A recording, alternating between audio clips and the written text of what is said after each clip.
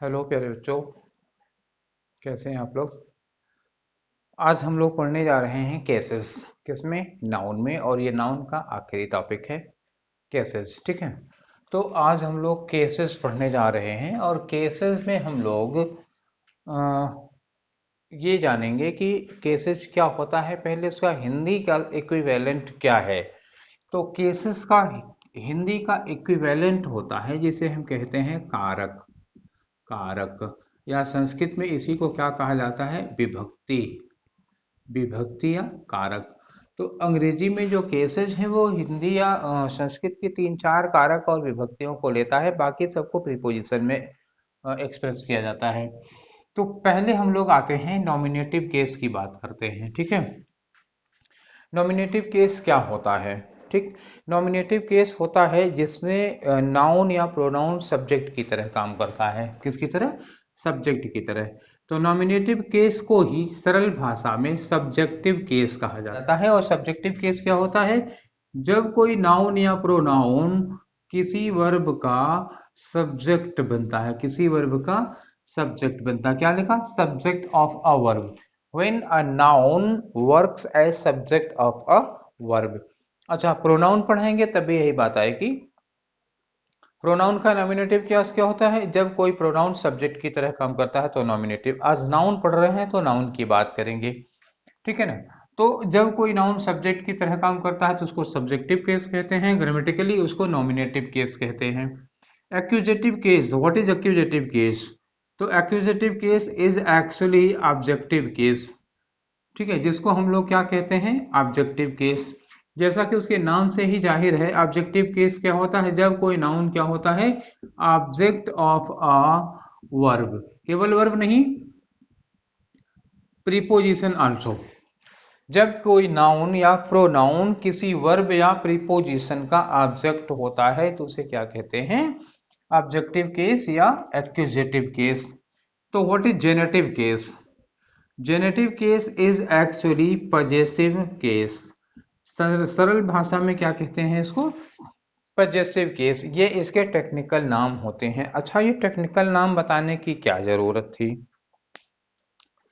Bank और SSC में तो टेक्निकल नाम हो तो पूछा नहीं जाता। बैंक, एसएससी, एनडीए, सीडीएस या और भी जो डिफेंस के एग्जाम है या कैट वगैरह के एग्जाम में इनके नाम नहीं पूछा जाता है। लेकिन कुछ एग्जाम्स ऐसे हैं जैसे बीएड का हो गया, टेट का हो गया, सीटेट का हो गया, सुपर टेट हो गया।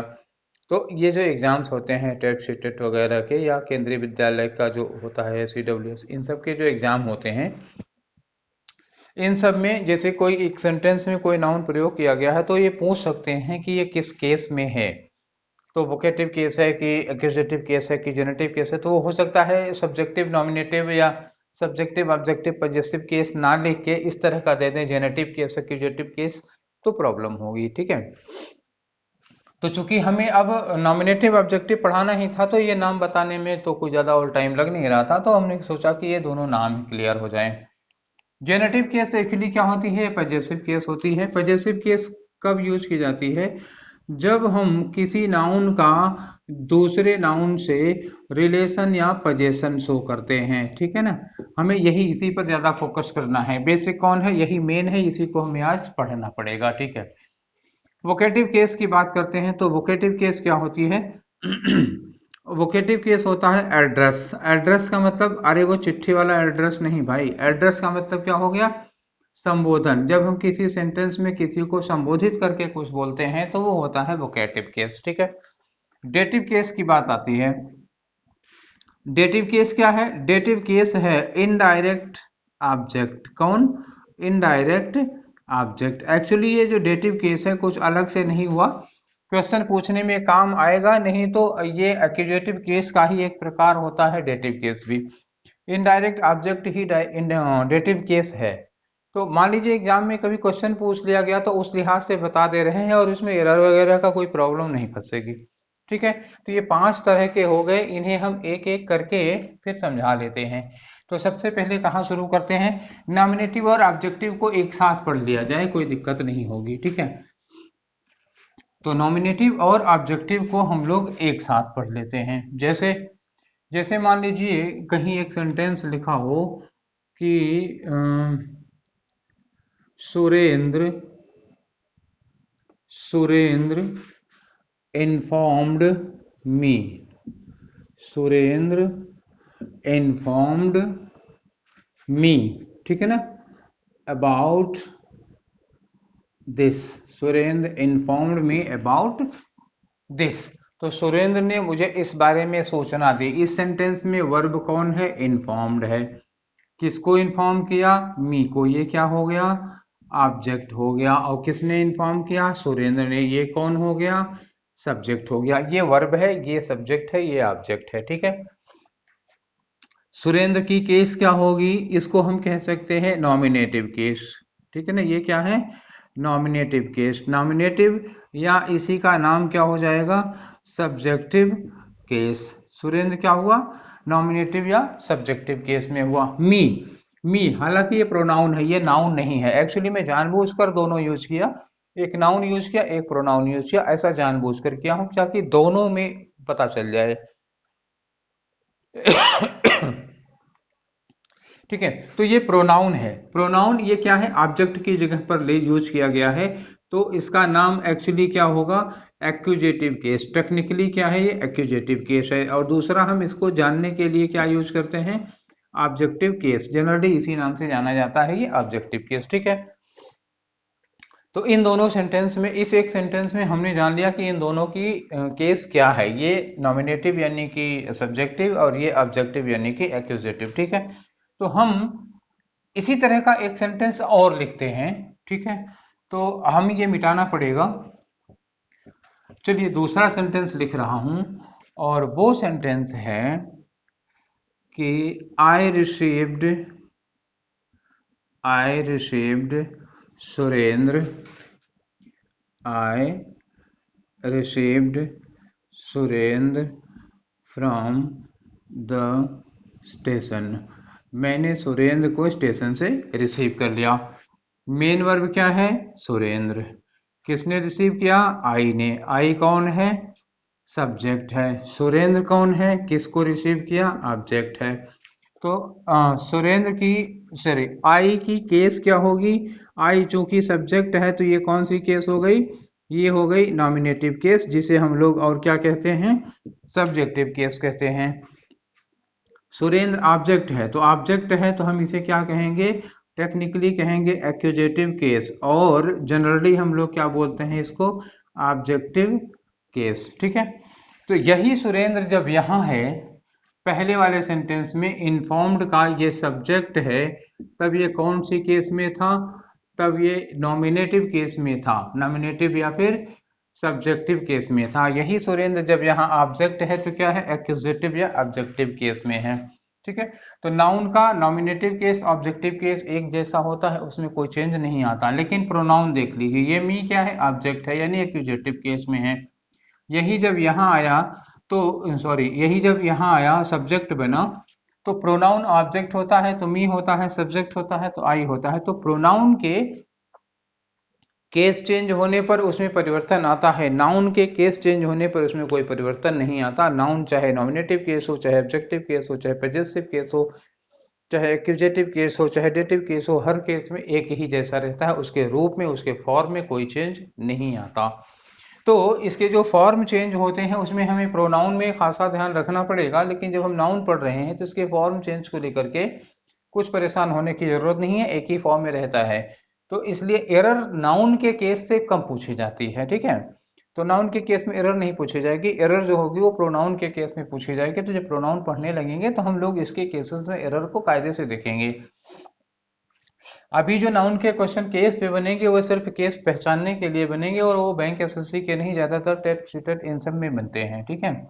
तो जो बैंक और एसएससी या एनडीए सीडीएस में क्वेश्चन बनते हैं इसके एरर के, वो पजेसिव केस के बनेंगे। तो अभी थोड़ी देर बाद हम लोग वहां पहुंच जाते हैं, पहले केसेस को डिस्कस कर लेते हैं एक बार तब, ठीक है। तो ये हो गया हमारा नॉमिनेटिव और ऑब्जेक्टिव केस, यानी कि नॉमिनेटिव और एक्यूजेटिव केस। तीसरा आते हैं पजेसिव केस की बात कर लेते हैं। जेनेटिव या पजेसिव केस। तो जेनेटिव या पजेसिव केस हम लोग बाद में पढ़ते हैं, क्योंकि इसी को लेकर के हमें आगे बढ़ना है, काफी लंबा चौड़ा लेक्चर है। तो पजेसिव जेनेटिव को बाद में पढ़ेंगे। पहले हम लोग क्या पढ़ते हैं? पहले हम पढ़ लेते हैं वोकेटिव केस। तो चलिए वोकेटिव केस पहले पढ़ लेते हैं। तो व्हाट इज वोकेटिव केस? तो हमने कहा था कि वोकेटिव केस होता है जब हम किसी नाउन या प्रोनाउन को किसी सेंटेंस में संबोधित करके कुछ बोलते हैं।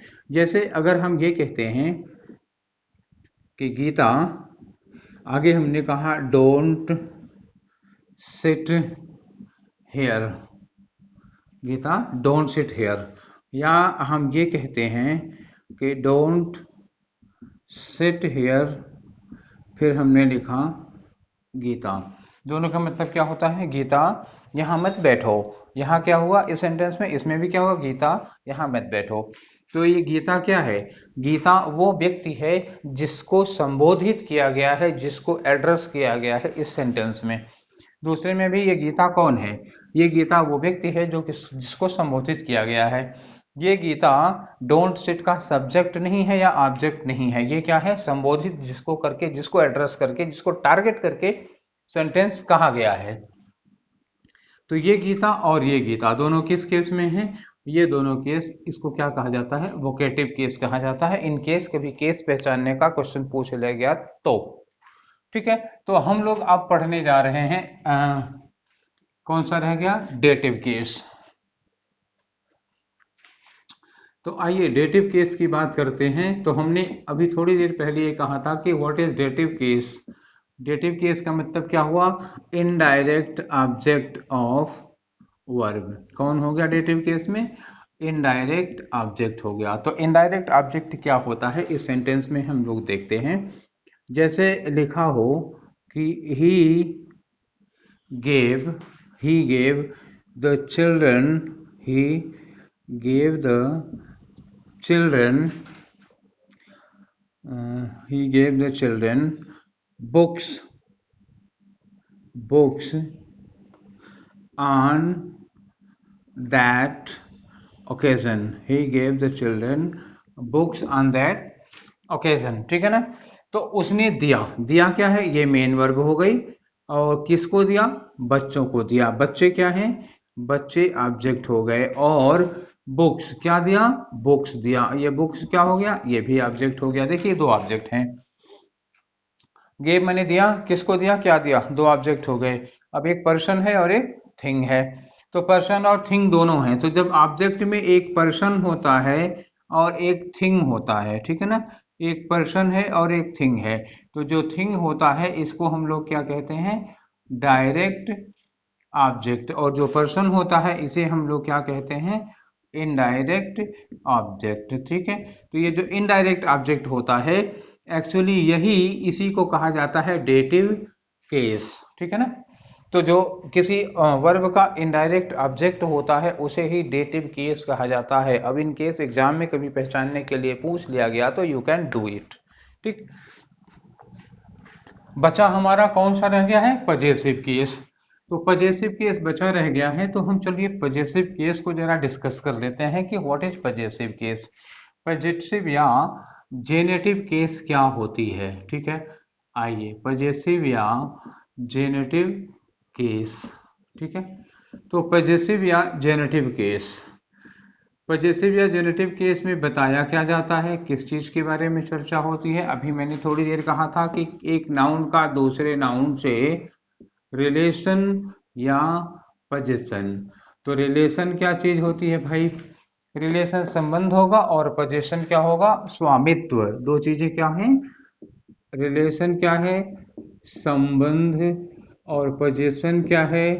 ये है स्वामित्व। गलत लिख दिया, चलिए सही कर देता हूं। स्वामित्व, पोजीशन और रिलेशन, एक संबंध है एक स्वामित्व है। एक सेंटेंस दे रहा हूं, जैसे कहीं लिखा हो Lakshman was Ram's brother, Lakshman was Ram's brother. तो इस राम्स ब्रदर का मतलब क्या हुआ? राम के भाई। क्या थे वो? राम के भाई। तो ये ब्रदर ये नाउन है, ब्रदर क्या है? नाउन है। राम क्या है? नाउन है। राम और ब्रदर में संबंध जोड़ा जा रहा है, ना कि स्वामित्व। तो ये क्या है? संबंध है, स्वामित्व तो नहीं है। तो अब हम चाहे ऐसे लिखें राम्स ब्रदर, या ऐसे लिखें हम the brother of Ram, the brother of Ram. तो ये ऑफ लगा के, ये ऑफ क्या काम कर रहा है, यही जो अपोस्ट्रोफी एस लगा है उसी का काम कर रहा है ऑफ, ठीक है ना। राम्स ब्रदर या ब्रदर ऑफ राम। तो ये हो गया पजेसिव। क्यों हो गया पजेसिव? क्योंकि ब्रदर और राम के बीच में संबंध स्थापित कर रहे हैं। संबंध स्थापित किससे कर रहे हैं? अपस्ट्रॉफी एस, जो कामा लगा के एस लगता है इसको क्या कहते हैं? Apostrophe S. या फिर क्या लगा है? ऑफ लगा है। तो इस अपस्ट्रॉफी एस या ऑफ से हम क्या सिद्ध करते हैं? संबंध सिद्ध कर रहे हैं। किसमें? राम में और भाई में। तो ये संबंध का पजेसिव हो गया। तो संबंध का पजेसिव हो गया। जैसे अगर हम ये लिखते हैं कि दिस इज मोहन्स हाउस, या ऐसे लिख देते हैं this is Mohan's car, this is Mohan's car. या मोहन्स कार की जगह ऐसे लिख देते हैं this is the car of Mohan, ठीक है ना, this is the car of Mohan. देखिए फिर इस अपॉस्ट्रोफी के बदले में क्या लगा? ऑफ लगा। इसका मतलब क्या हुआ? अच्छा पहले ये बता दीजिए कि मोहन कार में क्या सिद्ध हो रहा है, संबंध या स्वामित्व?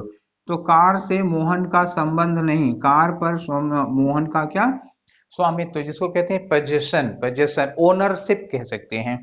तो कार पर किसकी ओनरशिप है? मोहन की। तो यहाँ ओनरशिप या पोजीशन शो हो रहा है। और राम के भाई वाले में क्या? रिलेशन, संबंध साबित हो रहा है। तो मतलब पजेसिव केस या जेनेटिव केस का प्रयोग क्यों किया जाता है? पोजीशन या रिलेशन शो करने के लिए, ठीक है ना।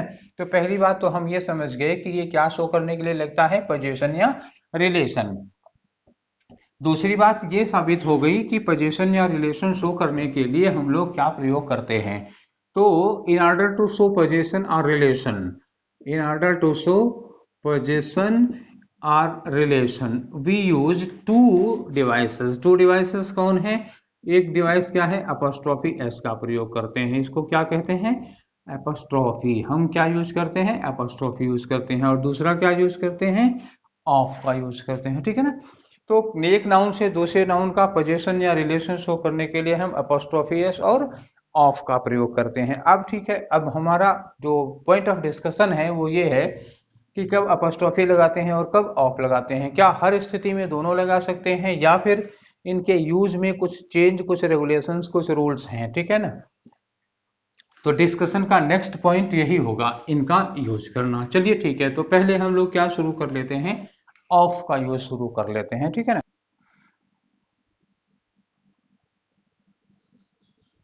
यूज ऑफ ऑफ, क्या शुरू करने जा रहे हैं? ऑफ का यूज शुरू करने जा रहे हैं। तो ऑफ का यूज क्या है? तो ऑफ के पहले मैं एक सेंटेंस ले रहा हूं, पहले आप समझ लिए प्रैक्टिकली। तो प्रैक्टिकली हम ऑफ का यूज करने जा रहे हैं। जैसे हम कहते हैं कि this is the house of, this is the house of Mohan, this is the house of Mohan, ऐसे यूज कर लिया। और हमने कहा this is the cap, this is the cap of my pen, this is the cap of my pen, और this is the house of Mohan, ठीक है ना। तो मोहन का घर, इसमें क्या मतलब आया? इसमें आया मोहन का घर। यहां क्या लिखा है? मेरे पेन की टोपी, मेरे पेन की टोपी। ये देखिए मेरे पेन की टोपी, यहां लिखा है मोहन का घर। तो मोहन क्या है? मोहन है सजीव, और पेन क्या है? पेन है निर्जीव। मोहन क्या है? सजीव, और पेन है निर्जीव। तो देखिए मोहन क्या है? लिविंग है, तो लिविंग में भी ऑफ लग गया। और पेन क्या है? नॉन लिविंग, नॉन लिविंग में भी ऑफ लग गया। यानी कि ऑफ लगाने का कोई खतरा नहीं है। क्यों नहीं है? क्योंकि in order to make possessive of can be use with both living and non living. तो पजेसिव बनाते समय ऑफ का प्रयोग लिविंग, नॉन लिविंग दोनों के साथ कर सकते हैं। तो there is no risk in using of, ठीक है। तो ऑफ पर झंझट ही नहीं करते हैं, ऑफ पे बहुत ज्यादा डिस्कस करने की जरूरत नहीं है, क्योंकि ये दोनों ही कंडीशंस में लग सकता है, तो इसमें एरर के चांस नहीं बनते, ठीक। इसमें एरर के चांस नहीं बनते। अब हम लोग करने जा रहे हैं यूज ऑफ अपस्ट्रॉफी। क्या है दूसरा? दूसरा है हमारा टॉपिक यूज ऑफ अपस्ट्रॉफी। क्या है? Use of apostrophe. तो अपस्ट्रॉफी क्या होता है? अपस्ट्रॉफी में हम क्या लगाते हैं? कामा के साथ एस लगा देते हैं, और कभी कभी केवल कामा लगा देते हैं, एस नहीं लिखा जाता है। दो कंडीशन है, याद रखिएगा। ये आपने बहुत देखी होगी, ये आपने कम देखी होगी। तो इसका यूज कब करते हैं वो हम अभी डिस्कस करेंगे, this is matter of discussion. पहले इनके यूज करने की सिचुएशंस देख लेते हैं, सिचुएशंस क्या हैं। ठीक है, तो पहले हम एक सेंटेंस लिख रहे हैं, जैसे हमने लिखा कि दिस इज मोहन्स। जिन सेंटेंस पर हम पहले पढ़ चुके हैं उन्हीं को आप फिर प्रयोग करेंगे। दिस इज मोहन्स हाउस, क्योंकि इस सेंटेंस को हम पहले भी लिख चुके हैं। और दूसरा लिखा हमने this is this is my pen's cap. क्या लिखा? This is my pen's cap. तो मोहन्स हाउस, मोहन्स हाउस में मोहन क्या है आप बताइए? मोहन्स हाउस में मोहन क्या है? मोहन है लिविंग बॉडी। क्या है? लिविंग बॉडी है, एक सजीव व्यक्ति है मोहन, लिविंग बॉडी है, ठीक है ना। तो लिविंग बॉडी है तो उसमें ये अपॉस्ट्रोफी एस लगाना करेक्ट है, ठीक है, इसमें कोई गलती नहीं है। माई पेन क्या है बताइए? माई पेन है नॉन लिविंग बॉडी। ये क्या है? निर्जीव वस्तु है। निर्जीव वस्तु है तो निर्जीव वस्तु में ये अपॉस्ट्रोफी एस का लगाना गलत हो गया, ठीक है ना। तो अपॉस्ट्रोफी एस के संबंध में दो चीजें निकल के आई। एक तो ये सजीव के साथ लग सकता है, निर्जीव के साथ इसका प्रयोग नहीं किया जाता। निष्कर्ष क्लियर है? ठीक है, तो आप नोट कर लीजिए, कॉपी में इसको लिख लीजिए कि अपॉस्ट्रोफी एस का प्रयोग सजीव के साथ होता है, निर्जीव के साथ नहीं होता। Is that clear? Any problems? शायद नहीं, कोई प्रॉब्लम नहीं होगी। ठीक है, कुछ कंडीशंस ऐसी है, नियम लिख लिया होगा शायद आप लोगों ने कि एपोस्ट्रोफी एस का प्रयोग सजीव के साथ होता है, निर्जीव के साथ नहीं। और सजीव में एनिमल वगैरह भी आते हैं, जरूरी नहीं है कि आप केवल ह्यूमन। बार बार इस बात को मैं कह रहा हूं कि जब भी मैं कहता हूं सजीव, जब भी मैं कहता हूं लिविंग, तो living does not mean only human being. Living includes all the creatures which possess life, ठीक है। लिविंग का मतलब वो सारे जीव जंतु जिनमें प्राण होता है वो सब के सब लिविंग है, ठीक है ना। और पेड़ पौधों को छोड़कर, ये क्योंकि साइंस नहीं है, साइंस में पेड़ पौधों को भी लिविंग माना जाता है, लेकिन अंग्रेजी में भाषा में पेड़ पौधों को निर्जीव जड़ वस्तु में माना जाता है। तो जीव जंतु आएंगे, पेड़ पौधे नहीं आएंगे। मतलब जूलॉजी लिविंग है, बॉटनी नॉन लिविंग है, ठीक है, अंग्रेजी में। बायो साइंस की बात नहीं कर रहा हूं मैं, ठीक है। तो अपॉस्ट्रोफी एस का प्रयोग किसके साथ लगेगा? मतलब जितने लिविंग है उनके साथ अपॉस्ट्रोफी लग जाएगा, जो नॉन लिविंग है उनके साथ अपॉस्ट्रोफी का प्रयोग नहीं होता। और ऑफ दोनों में लग सकता है, ऑफ में कोई रिस्क नहीं है। तो अब एक बात आती है कि अपॉस्ट्रोफी एस का जो प्रयोग है, ठीक है ना, ये अपॉस्ट्रोफी एस का प्रयोग, एक बात अभी निकल के आई कि किसका प्रयोग केवल लिविंग के साथ होता है, लेकिन कभी कभार ये नॉन लिविंग के साथ प्रयोग हो जाता है। जैसे कहीं कहीं लिखा होता है सन्स फ्यूरी, जैसे कहीं लिखा होता है गवर्नमेंट्स डिसीजन। क्या लिखा? गवर्नमेंट्स डिसीजन, गवर्नमेंट्स आर्डर, ऐसे हो जाता है। और कभी कभी लिखा है ट्रेन्स अराइवल, ट्रेन्स अराइवल या ट्रेन्स डिपार्चर, ट्रेन का आना, ट्रेन का जाना। तो ट्रेन भी तो नॉन लिविंग है, फिर ट्रेन में अपॉस्ट्रोफी एस क्यों लगा? गवर्नमेंट में भी ये भी निर्जीव है, इसमें अपॉस्ट्रोफी एस क्यों लगा? सन तो ये भी तो निर्जीव है, इसमें अपॉस्ट्रोफी एस क्यों लगा? तो कुछ ऐसी केसेज हैं, जैसे अभी मैंने बोल दिया था कि नॉन लिविंग में अपॉस्ट्रोफी एस नहीं लगता। तो कुछ ऐसी भी केसेज हैं जिनमें नॉन लिविंग के साथ भी अपॉस्ट्रोफी एस लग जाता है, तो वो केसेज अभी हम नेक्स्ट वीडियो में डिस्कस करेंगे, ठीक है। तो ये चूंकि एक लंबा टॉपिक है, पूरा एक लेक्चर ले लेगा, एक वीडियो बन जाएगी इस पर कि नॉन लिविंग में अपॉस्ट्रोफी कब लगता है, कैसे लगता है। तो ये हम नेक्स्ट एपिसोड में, नेक्स्ट लेक्चर में इस बात को डिस्कस करेंगे, उसमें केवल यही चीजें होंगी। अभी हम लोग इसको यहीं पे छोड़ देते हैं, ये एक्सेप्शन है उस रूल का। तो ये हम लोग नॉन लिविंग में अपॉस्ट्रोफी एस कब लगता है ये नेक्स्ट क्लास में डिस्कस करेंगे। अभी हम लोग केवल ये डिस्कस कर ले रहे हैं कि अपॉस्ट्रोफी एस लगाया कैसे जाता है, कब किसके साथ लगाया जाता है, नहीं। अभी हम लोग डिस्कस करने जाते हैं कि अपॉस्ट्रोफी एस कैसे लगाया जाता है, ठीक है ना, कैसे, हाउ टू यूज, कैसे लगाया जाएगा। तो एक चीज ये देखा जाता है कि इसमें सिंगुलर और प्लूरल का कोई मतलब नहीं है। पहली बात क्या होगा कि इसमें सिंगुलर और प्लूरल का कोई लेना देना नहीं है। तो एक चीज पहले ये समझ लीजिए, जैसे लिखना हो कि बच्चे की किताब, तो हम क्या लिखे, चाइल्ड्स बुक लिखे, ठीक है ना, चाइल्ड्स बुक लिखे, ये करेक्ट है। अगर बच्चों की किताब है तो बच्चों की किताब के लिए हमने क्या लिखा, चिल्ड्रंस बुक, ये भी करेक्ट है, इसमें भी कोई दिक्कत नहीं है।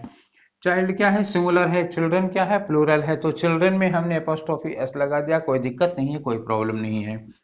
तीसरा देखिए, अगर लिखा है मैन्स वर्क, तो ये क्या लिखा, मैन लिखा, मैन में हमने अपोस्ट्रोफी एस लगा दिया, ये हो गया मैन्स वर्क, दिक्कत नहीं है। अगर लिखा होता मैन, मैन में देखिए MEN है, इसमें हमने लगा दिया मैन्स वर्क, तो इसमें कोई दिक्कत है, कोई दिक्कत नहीं है। देखिए चार हो गए आपके सामने, ठीक है। तो फिर हम पांचवा लिख रहे हैं। पांचवा देखिए लिखा हमने गर्ल्स, जैसे लिखा हमने गर्ल्स, नहीं ऐसे लिखा गर्ल्स बुक, ठीक है, ये लिखा मैंने गर्ल्स बुक। तो गर्ल सिंगुलर नाउन है, गर्ल लिखा है सिंगुलर नाउन है, सिंगुलर नाउन में एस लगा है, तो हमने ये क्या हो गया, करेक्ट हो गया। अब छठवां देखिए, मैं लिख रहा हूं गर्ल्स, ये लिखा हमने गर्ल्स हॉस्टल, गर्ल्स हॉस्टल, तो ये गलत हो गया। अब आपको समस्या हो रही होगी कि ये क्यों गलत, अगर ये सही है तो ये गलत क्यों। अच्छा, सिंगुलर प्लूरल की बात हो रही है, तो ये देखिए सिंगुलर में भी लगता है, प्लूरल में भी लगता है, एपोस्ट्रोफी एस तो दोनों में लगता है। ये देखिए सिंगुलर में लगता है, ये देखिए प्लूरल में लगता है। सिंगुलर प्लूरल की तो कोई प्रॉब्लम नहीं है एपोस्ट्रोफी एस लगाने में। फिर यहाँ क्यों प्रॉब्लम आई, इस गर्ल्स में सही है और इस गर्ल्स में गलत है, ऐसी समस्या क्यों है। देखिए, इस समस्या का मुख्य कारण है ये एस लगा होना, ठीक है। तो ये एस जो है, गर्ल्स बुक मतलब किसी एक लड़की की बुक है, ये बात तो सही है, ठीक है ना। तो ये गर्ल क्या है, सिंगुलर है, ये गर्ल क्या है, सिंगुलर है, एक लड़की की किताब है।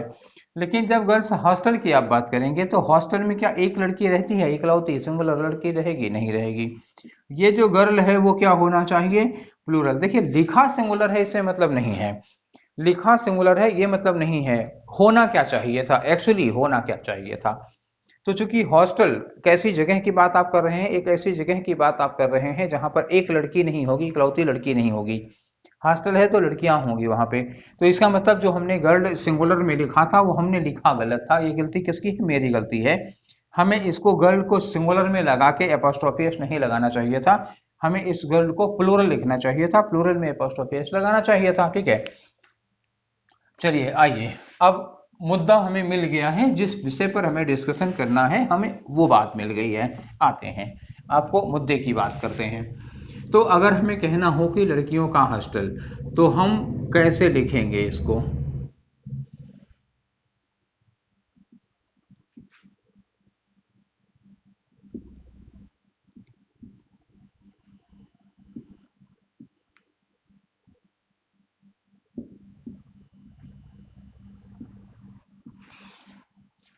ये तीन तरीके लिखे हुए हैं, अब बता सकते हैं इसमें कौन सा सही होगा। इसका तो हम लोग डिस्कशन कर चुके हैं कि ये गलत है, तो क्या ये सही होगा। गर्ल्स लड़कियों का हॉस्टल होगा तो लड़कियां ढेर सारी होंगी, लड़कियां प्लूरल में लिखा जाना चाहिए, उसके बाद अपॉस्ट्रोफी एस लगाना चाहिए, क्या ये सही है। एक्चुअली ये तरीका भी गलत है। और जब भी एरर का पॉइंट बनेगा तो हमेशा एरर का पॉइंट यहीं से बनेगा। देखिए हमने 3 स्टार लगा लिए, इसका मतलब बी केयरफुल। ये किसके लिए है बी केयरफुल वाला, ये बी केयरफुल खास तौर से जितने भी एग्जाम देने वाले लोग हैं सबके सब, चाहे आप कैट का देते हो, बैंक का देते हो, एसएससी का देते हो, एनडीए के देते हो, सीडीएस का देते हो, एयरफोर्स देते हो, कोई भी एग्जाम देते हो जिसमें अंग्रेजी ग्रामर पूछी जाती है, उनके लिए ये रूल इंपॉर्टेंट है, ध्यान रखिएगा। और उसके बाद टेट और सीटेट वाले भी इस रूल को ध्यान से पढ़ लें, ठीक है। तो ये गर्ल्स हॉस्टल, ऐसे गर्ल्स हॉस्टल लिखा जाना गलत है, ऐसे गर्ल्स हॉस्टल लिखा जाना गलत है। एक्चुअली गर्ल्स हॉस्टल कैसे लिखा जाएगा, इस तीसरे तरीके से लिखा जाएगा। अब ऐसा क्यों हुआ, ऐसा इसलिए हुआ कि जब गर्ल्स हमने लिखा था गर्ल्स, तो ये प्लूरल में होना चाहिए था, ये बात करेक्ट है कि हमें इसको प्लूरल में रखना चाहिए था। तो ये हमने लिख लिया गर्ल्स, गर्ल्स में लास्ट में क्या साउंड आ रहा है, देखिए हिंदी का सहारा ले लेते हैं, आपको थोड़ी आसानी हो जाएगी। गर्ल्स में लास्ट में क्या रहा साउंड, सा का। सा का साउंड आ जाएगा तो केवल अपॉस्ट्रोफी लगाएंगे, उसके बाद फिर आप एस लगाएंगे तो ये गलत हो जाएगा। जब लास्ट में सा का साउंड हो तो उसके बाद आप एस को नहीं लगाएंगे, क्या लगाएंगे, सिर्फ कामा लगाएंगे। Keep this point in your mind for ever, ठीक है। एक रूल आप नोट कर लीजिए, ठीक है। कॉपी लिए होंगे, कॉपी में पेन उठाइए और लिखिए। लिखिए कि ऐसे नाउन्स जिनके लास्ट में हिसिंग साउंड होता है, ठीक है ना। कौन, ऐसे नाउन्स जिनके लास्ट में हिसिंग साउंड होता है। What is hissing sound, hissing sound. तो ऐसे नाउन जिनके लास्ट में हिसिंग साउंड होता है, कौन से साउंड होंगे, हिसिंग साउंड, ये तीनों सा, ठीक है ना। चाहे ये वाला सा, चाहे ये वाला सा, चाहे ये वाला सा। अब आप इसको अंग्रेजी में लिखेंगे तो कैसे होंगे, चाहे ये वाला हो चाहे ये वाला हो, ठीक है ना। एस हो या एस एच हो। अच्छा, ये सा का साउंड आना चाहिए चाहे जिससे आ जाए, चाहे एस से आ जाए चाहे सी से आ जाए, इससे कोई मतलब नहीं है। हमें इस अल्फाबेट से, इस लेटर से कोई लेना देना नहीं है कि सा का साउंड एस से आ रहा है या फिर सी से आ रहा है, हमें इसे लेना देना नहीं है। बस अगर इन तीनों में से कोई भी सा का साउंड निकल रहा है तो उसमें एपोस्ट्रोफी एस केवल कामा लगेगा, एपोस्ट्रोफी के बाद एस नहीं लगाएंगे। Is that clear. तो चलिए फिर इसी चीज को हम एक्सप्लेन करते हैं आपके सामने। एक तो हम लोगों ने देख लिया कौन सा, गर्ल्स हॉस्टल में। दूसरी बात, अगर हम कहते हैं कहीं पर लिखा होता है फॉर पीस से, कहते हैं ना शांति की खातिर। शांति कोई पर्सन की बात नहीं कर रहा हूं मैं, वो जो शांति माहौल की बात होती है, शांति, पीस। अगर आपको लिखना हो फॉर पीस सेक, ठीक है ना, फॉर पीस सेक। आप पीस आप कह रहे हैं, पीस में आखिर पीस का जो सी है उसको क्या पढ़ रहे हैं, सा पढ़ रहे हैं। अगर आप सा पढ़ रहे हैं इस सी को, तो इसका मतलब इसमें एपोस्ट्रोफी नहीं लगेगा, एस नहीं लगेगा, क्या लगेगा, केवल सिर्फ कामा लगेगा, एस नहीं लगाएंगे। इसमें क्या लगाएंगे, केवल कामा लगाएंगे, आप इसके बाद एस नहीं लगाएंगे। और कोई वर्ड देखें, चलिए और देखते हैं। जीसस मदर, जीसस का नाम सुना होगा आपने, लिखा क्या, जीसस। जीसस में हमने अपोस्ट्रोफी एस लगा के क्या कहा, जीसस मदर, ये लिख दिया हमने, जीसस मदर।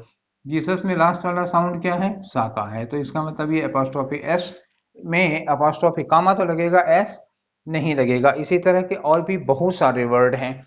जैसे लिखा है राजकुमार का घोड़ा, तो आप बोलिए राजकुमार का घोड़ा, अंग्रेजी में बोलिए।